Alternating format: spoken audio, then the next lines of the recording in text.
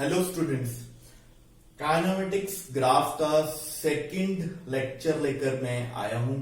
ठीक है, तो मेरी आपसे रिक्वेस्ट है इस लेक्चर को देखने से पहले जो हमने ग्राफ पर पहला लेक्चर पोस्ट किया था वो आप जरूर देखें, तब इस लेक्चर पर आए। ठीक है, अदरवाइज थोड़ा आपको अंडरस्टैंडिंग में मुश्किल आ सकती है। तो ये लेक्चर बड़ा इंपॉर्टेंट होने वाला है, क्योंकि अगर आपने ये लेक्चर समझ लिया तो फिर ग्राफ से रिलेटेड आपके कंपटीशन में कोई भी क्वेश्चन होगा तो आप जरूर उसको सॉल्व करने में कामयाब होंगे। ठीक है, तो हमें इस क्वेश्चन में एक डीटी ग्राफ दिया हुआ है। मुझे इस डीटी ग्राफ का corresponding VT graph and corresponding AT graph बनाना है। पहले मैंने जो डीटी ग्राफ दिया है इसको मैंने कुछ इंस्टेंट्स में मैंने इसे डिवाइड कर लिया है। जहां तक मुझे लगा कि एक जैसा मोशन था वहां तक फिर मैंने ये ब्लू मार्कर से उसको डिवाइड कर दिया है। आगे मोशन अलग टाइप का हो गया, फिर आगे डिवाइड कर दिया मैंने। ठीक है, अब मुझे कॉरेस्पॉन्डिंग वीटी और एटी ग्राफ बनाना है। पिछले वीडियोस में मैंने आपको बताया था कि अगर आपको डीटी ग्राफ दिया होगा और आपको उससे वीटी या एटी ग्राफ पर जाना है तो डीटी ग्राफ से वीटी ग्राफ जाने के लिए हमें या तो हम स्लोप ले सकते हैं या फिर हम करेंगे डिफरेंशिएशन। सिमिलरली वीटी से एटी जाने के लिए भी अगर आपको ग्राफ है तो ग्राफ में आप स्लोप यूज करेंगे और डिफरेंशिएशन का भी यूज कर सकते हैं। अगर 80 से वीटी जाना है और वीटी से डीटी जाना है तो हम एरिया और इंटीग्रेशन का यूज करेंगे। ठीक है, तो पहले इस चीज को समझिए। यहां पे देखिए, यहां पे y और t के बीच में मैंने ग्राफ बनाया है। ठीक है, अब y जो है that is equal to t का स्क्वायर माना है मैंने। ठीक है, इस केस में पैराबोलिक ग्राफ बनेगा। ठीक है, लेकिन अगर मैं y की डिफरेंशिएशन कर दूं dy बाय dt और उस dy बाय dt को मैं मान लूं कि dy बाय dt a है और a और t के बीच में मुझे ग्राफ बनाना है, तो ग्राफ ऐसा बनेगा। ऐसा क्यों बनेगा? क्योंकि अगर y t स्क्वायर है तो dy बाय dt क्या हो जाएगा? dy बाय dt हो जाएगा 2t।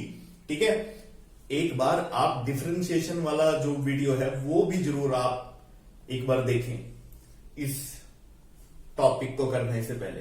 ठीक है, उसके बाद अगर मैंने फिर a का डिफरेंशिएशन ले लिया dA और dA बाय dt और उसको मैंने c नाम दिया और मुझे c और t के बीच में ग्राफ बनाना है, तो वो ग्राफ ऐसा बनेगा। ऐसा क्यों बनेगा? क्योंकि 2t की अगर आप डिफरेंशिएशन करोगे तो वो 2 आएगी। ठीक है, तो कांस्टेंट के केस में ग्राफ ऐसा बनता है। ठीक है, अगर मैं c को फिर से डिफरेंशिएट कर दूं dc बाय dt कर दूं और उसको मैं एक और टर्म d नाम दूं, तो उस केस में जो ग्राफ बनेगा वो बनेगा एक लाइन जो x एक्सिस के ऊपर होगी। क्यों? क्योंकि कांस्टेंट की डिफरेंशिएशन क्या होती है? 0 होती है। ठीक है, तो इससे हमें क्या पता लगा कि अगर हमारा डिस्प्लेसमेंट टाइम ग्राफ ऐसा है तो वेलोसिटी टाइम ऐसा होगा, वेलोसिटी टाइम ऐसा है तो एक्सेलरेशन टाइम ऐसा होगा। एक एक ग्राफ आपने नीचे जाते जाना। ठीक है, अगर डिस्प्लेसमेंट टाइम ही ऐसा है तो फिर वेलोसिटी टाइम ये होगा और एक्सेलरेशन टाइम एक और बार नीचे जाना पड़ेगा आपको। ठीक है, तो चलिए हम स्टार्ट करते हैं। सबसे पहले मुझे डिस्प्लेसमेंट टाइम देखिए कैसा दिया हुआ है। डिस्प्लेसमेंट टाइम ग्राफ ऐसा दिया हुआ है। ठीक है, इसका कॉरेस्पॉन्डिंग वीटी बनाना है तो मुझे एक स्टेप नीचे जाना पड़ेगा, तो ऐसा बनेगा।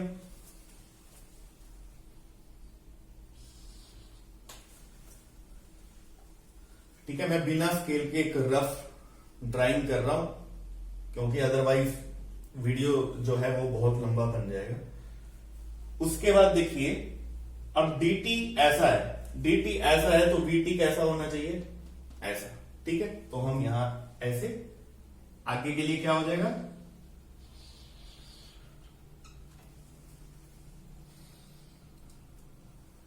ठीक है। उसके बाद देखिए, उसके बाद डीटी ग्राफ ऐसे इंक्लाइन लाइन है, इंक्लाइन लाइन में ये फिर से क्या हो जाएगा, अब क्या हो जाएगा, ये कांस्टेंट हो जाएगा।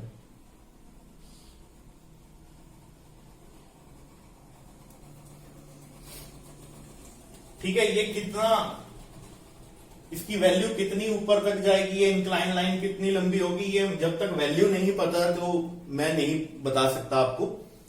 ठीक है, लेकिन एग्जाम में भी ज्यादातर केसेस में उन्होंने वैल्यू नहीं दी होती, वो सिर्फ कॉरस्पॉन्डिंग ग्राफ बनाने के बारे में ही पूछते हैं। कॉम्पिटिटिव एग्जाम की बात कर रहा हूं। उसके बाद ये देखिए, कुछ ऐसा है, इनवर्स पैराबोला। ठीक है, ये ऐसे देखिए, ये ऐसे, और उसके बाद ये ऐसे। ठीक है,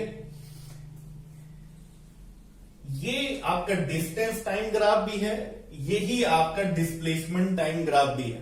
यहां से आपको ये देखना पड़ेगा कि जो भी ऑब्जेक्ट मूव कर रहा था, इस पॉइंट पे आने के बाद उसने अपनी डायरेक्शन चेंज कर दी है। ये ग्राफ 0 से शुरू हुआ है और 0 पे ही खत्म हुआ है, इसका मतलब है कि डिस्प्लेसमेंट 0 है।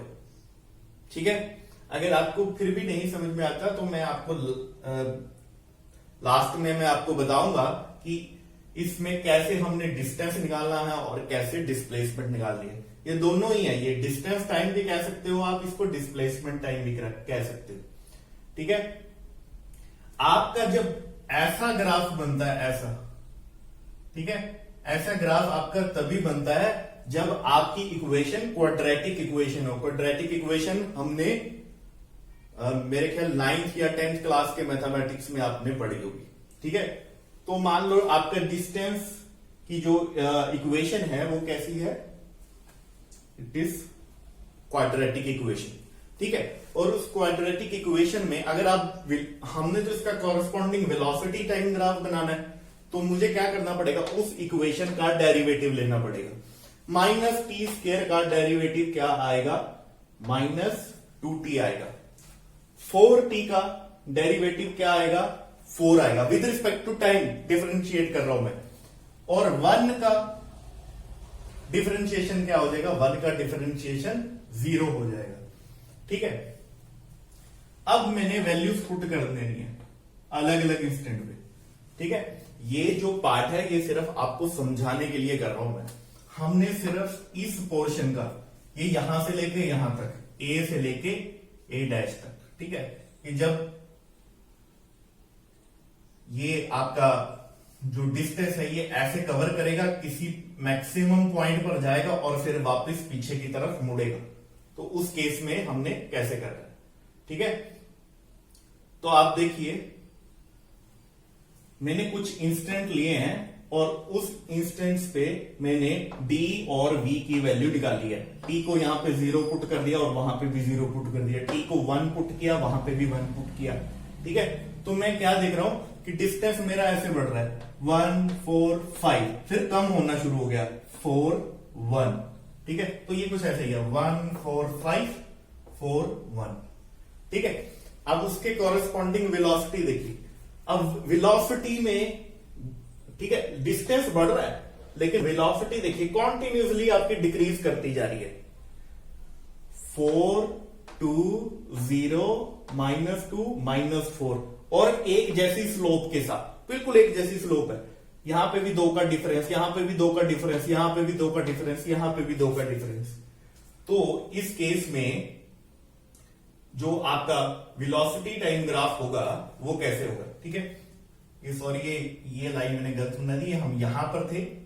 इसके बाद वो कॉन्टिन्यूसली डिक्रीज करेगा। कैसे डिक्रीज करेगा, ऐसे देखिए,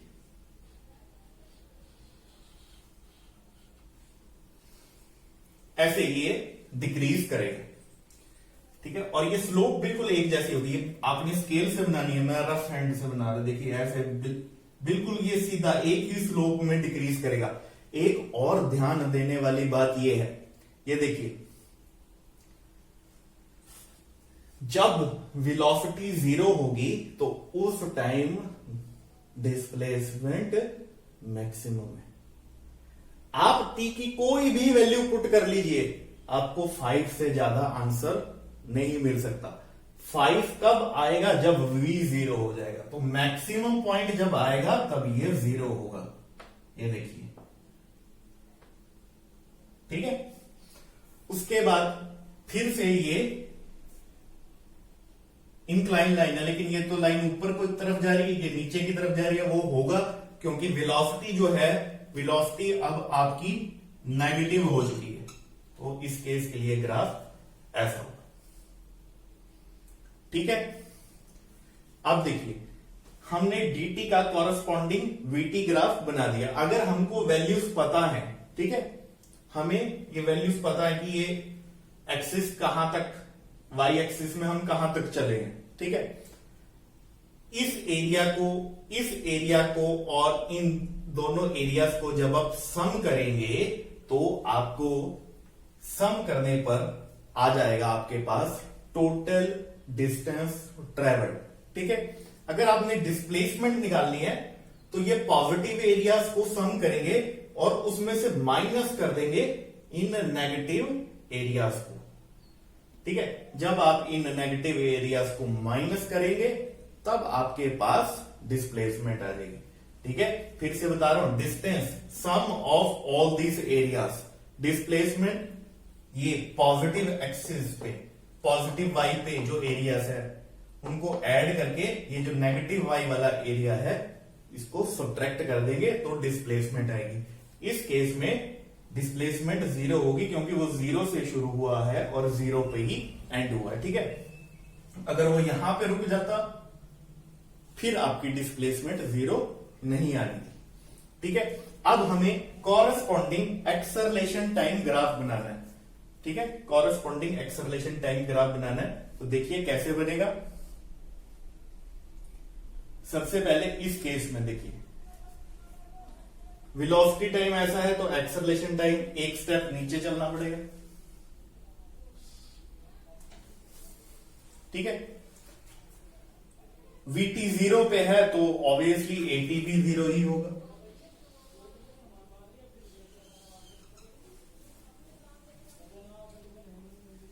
vt कांस्टेंट है तब भी at 0 होगा। देखिए vt 0 है तब भी 0 होगा, अगर वो कांस्टेंट है तब भी 0 होगा, ठीक है। इसके बाद देखिए, इसके बाद ये डाउनवर्ड स्लोप जा रही है, ठीक है। तो इस डाउनवर्ड स्लोप के लिए आपकी एक्सेलरेशन अब नेगेटिव हो चुकी है, ठीक है, क्योंकि उसने डी एक्सेलरेट करना शुरू कर दिया। तो इसके लिए यहां तक आपका ग्राफ ऐसा बनेगा। उसके बाद ये कांस्टेंट है और कांस्टेंट के केस में ये 0 हो जाएगा, ठीक है। तो आई होप कि आपको ये समझ में आया होगा। अगर आपका फिर भी कोई डाउट रह गया हो तो आप प्लीज आप कमेंट सेक्शन में जरूर अपना डाउट क्लियर करें, ठीक है। और ये एक मस्ट वॉच टॉपिक है और कॉम्पिटिटिव पॉइंट ऑफ व्यू से बड़ा इंपॉर्टेंट टॉपिक है, ठीक है।